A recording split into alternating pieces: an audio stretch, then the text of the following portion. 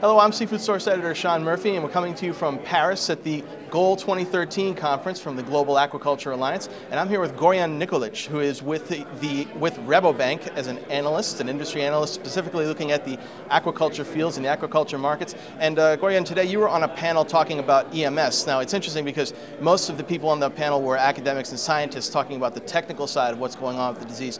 But you were there to talk about the financial ramifications. And, you know, it's obvious that for a company, especially some of the companies in Southeast Asia, they're losing shrimp by the thousands or the millions.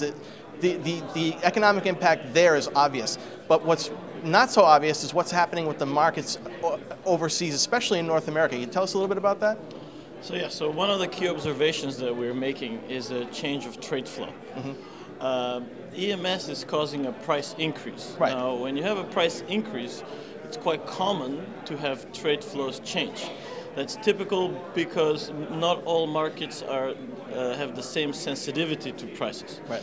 Typically, when commodities increase in price, you see that developed markets tend to absorb more of the raw material because their customers are more wealthy, so you don't have the same responsiveness to price. And in developing countries are the ones that fall out first. In this particular case, we're seeing the opposite happen. In fact, it is China who is emerging as the major net importer, and getting trade flow going towards it from typically exporters that would have exported to North America or Europe. Ecuador is one example like that. So clearly the big loser when it comes to moving away from shrimp consumption due to price increase is the United States and EU. And in the EU, it has a lot to do with the macroeconomic situation, particularly in the Mediterranean. The Mediterranean is where the bulk of European shrimp consumption is focused. So, it's a very bad combination to have high prices and high unemployment and high macroeconomic headwinds. In the US, it might not be quite as bad, but the whole CVD you mean the countervailing duty issues that were going on? The countervailing duty issues, there were enough of a threat to accelerate that movement of the exporters away from the United States and refocus towards China, where clearly the Chinese are able to pay these prices. So you're saying that the countervailing duty issue in America here, even though it was resolved and it actually didn't change anything ultimately, you're saying that a lot of the exporters moved away anyway in anticipation of a change, and that kind of hasn't really recovered from that yet? Well, it accelerated the change, particularly in Ecuador. Okay.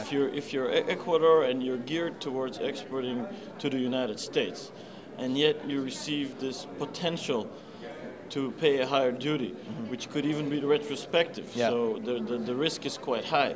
You will step up your efforts to try and find another buyer.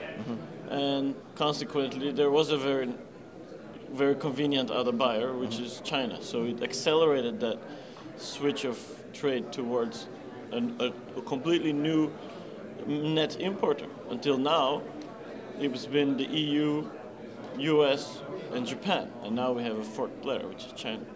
Just goes to show you that the problems with something like EMS can be much more complicated when you add in other factors in other parts of the world. Interesting insights. Gorjan Nikolik, really appreciate the time here. Thank you. He's an analyst with Rabobank, and he was on a panel today talking about EMS at GOAL2013. And keep watching seafoodsource.com for more full coverage of the entire conference, where we're going to be talking with more panelists about more topics for the aquaculture industry.